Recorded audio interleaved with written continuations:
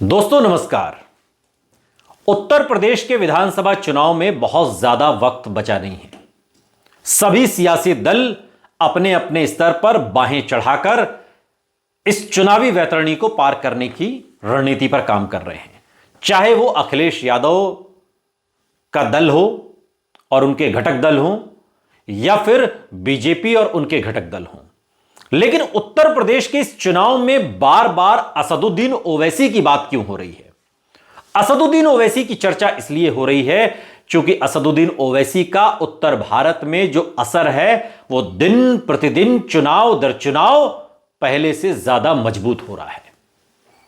पिछले विधानसभा चुनाव में असदुद्दीन ओवैसी की पार्टी एआईएमआईएम ने उत्तर प्रदेश में 100 सीटों पर चुनाव लड़ा और 100 सीटों पर चुनाव लड़के ऐसी कई सीटें रहीं, दर्जनों सीट ऐसी रहीं जहां पर अखिलेश यादव का समाजवादी पार्टी का इंडिया ब्लॉक का, अगर कहें, हालांकि तब इंडिया ब्लॉक नहीं था, खेल बिगाड़ने का काम किया। और असदुद्दीन ओवैसी की वजह से, उनके चुनाव लड़ने की वजह से कई सीटें बीजेपी ने बहुत आसानी से जीत ली। वो सीटें जो समाजवादी पार्टी का गढ़ कही जाती थी, जिन सीटों पर समाजवादी पार्टी की तूती बोलती थी, वहां पे बहुत कम अंतर से वो हारी और जितने अंतर से हारी उससे ज्यादा वोट असदुद्दीन ओवैसी की पार्टी ले गई।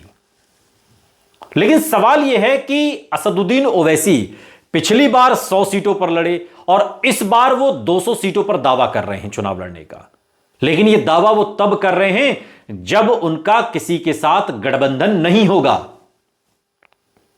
असदुद्दीन ओवैसी की पार्टी एआईएमआईएम के उत्तर प्रदेश के जो अध्यक्ष हैं शौकत अली, उन्होंने एक इंटरव्यू में इस बात का जिक्र किया कि पहली प्राथमिकता समाजवादी पार्टी के साथ गठबंधन होगी और दूसरी प्राथमिकता बहुजन समाज पार्टी के साथ, यानी कि विकल्प दोनों के लिए खुले हैं। लेकिन एक तीसरा विकल्प भी है जिसकी चर्चा आज के इस वीडियो में हम करेंगे।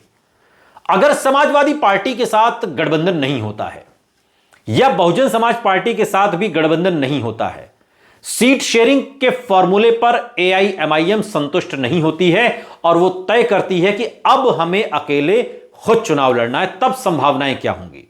क्योंकि उत्तर प्रदेश में अभी भी कई ऐसे दल हैं जो न 3 में हैं न 13 में हैं, यानी कि न तो वो एनडीए के साथ हैं और न वो अखिलेश यादव के पीडीए के साथ हैं। वो स्वतंत्र तरीके से चुनाव लड़ रहे हैं और उसमें कई ऐसे दल हैं जिनकी पूछ पहले समाजवादी पार्टी में थी और अब नहीं है। चाहे वो उत्तर प्रदेश की अपना दल कमेरावादी हो, चाहे वो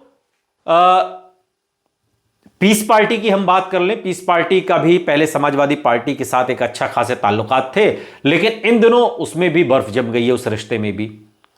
तो ये भी एक बड़ा फैक्टर है कि जो छोटे छोटे दल हैं उन्हें मिलाकर महान दल है एक उत्तर प्रदेश में। इसके अलावा स्वामी प्रसाद मौर्य की भी अपनी पार्टी है।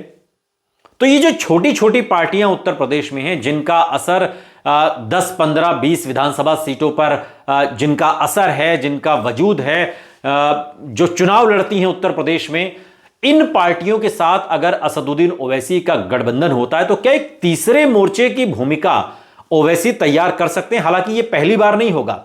इससे पहले भी असदुद्दीन ओवैसी उत्तर प्रदेश में छोटी पार्टियों के साथ मिलकर चुनाव लड़ चुके हैं। यह और बात है कि न तो उन्हें जीत हासिल हुई न उनके घटक दलों को जीत हासिल हुई। लेकिन इस बार का चुनाव महत्वपूर्ण है। चुनाव इसलिए महत्वपूर्ण है क्योंकि असदुद्दीन ओवैसी ने हाल ही में बिहार में 5 विधानसभा की सीटें जीती हैं।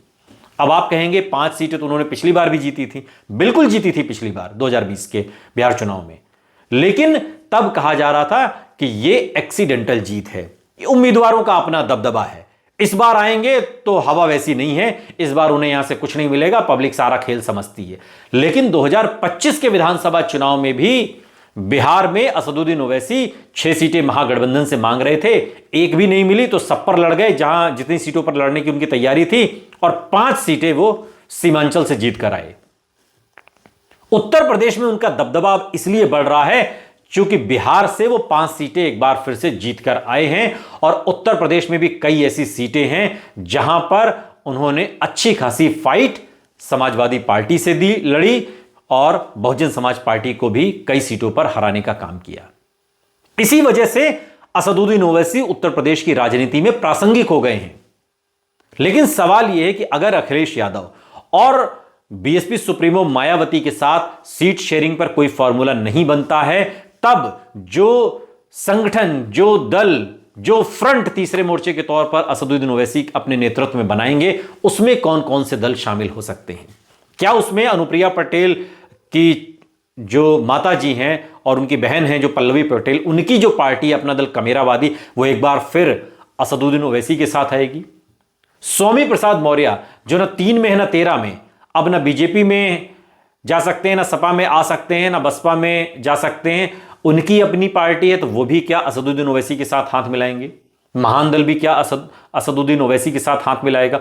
पीस पार्टी जो मुस्लिम समाज की रहनुमाई करने का दावा करती है और मुसलमानों के बीच में उत्तर प्रदेश में उनका अपना एक असर है, अगर आप खलीलाबाद के आसपास के इलाकों में देखें, तो क्या वो भी असदुद्दीन ओवैसी के साथ तीसरा मोर्चे में शामिल होगी या फिर अखिलेश यादव के साथ ही सुलह करने का प्रयास रहेगा? इसके अलावा ओम प्रकाश राजभर जो अभी एनडीए के घटक दल का हिस्सा हैं, वो एनडीए में बहुत ज्यादा खुश दिखाई नहीं देते। बिहार का चुनाव उन्होंने अभी अकेले अपने दम पर भी लड़ लिया। ये और बात है कि उन्हें सीटें नहीं हासिल हुई। गाए बगाए वो ऐसा स्टेटमेंट देते रहते हैं जो सरकार भी परेशान हो जाए और अखिलेश यादव पर भी निशाना साधते रहते हैं। क्या चुनाव से पहले यह खटास और ज्यादा उभरेगी और असदुद्दीन ओवैसी के साथ क्या ओम प्रकाश राजभर जैसा चेहरा भी जुड़ेगा? यह सवाल अभी उत्तर प्रदेश की राजनीतिक फिजाओं में तैरता रहेगा तब तक जब तक असदुद्दीन ओवैसी अखिलेश यादव या बीएसपी सुप्रीमो मायावती के साथ, दोनों में से किसी के साथ गठबंधन नहीं कर लेते। एआईएमआईएम का कहना है कि हमारी पहली प्रायोरिटी, पहली प्राथमिकता हमारी अखिलेश यादव के साथ गठबंधन करना है, लेकिन अगर अखिलेश यादव से बात नहीं बनी तो फिर हम मायावती के साथ भी गठबंधन करने का विकल्प खुला हुआ है। लेकिन मायावती राजनीतिक तौर पर एक कठोर सौदागर हैं और अखिलेश यादव बड़ा दिल फिर भी दिखा सकते हैं। अब देखना दिलचस्प होगा कि असदुद्दीन ओवैसी उत्तर प्रदेश की राजनीति में अखिलेश के पीडीए में शामिल होते हैं, यह मायावती के साथ मुस्लिम और दलित एमडी समीकरण बनाते हुए दिखाई देंगे, या फिर तीसरे मोर्चे में वो सबको चुनौती देंगे और बीजेपी को फायदा पहुंचाएंगे।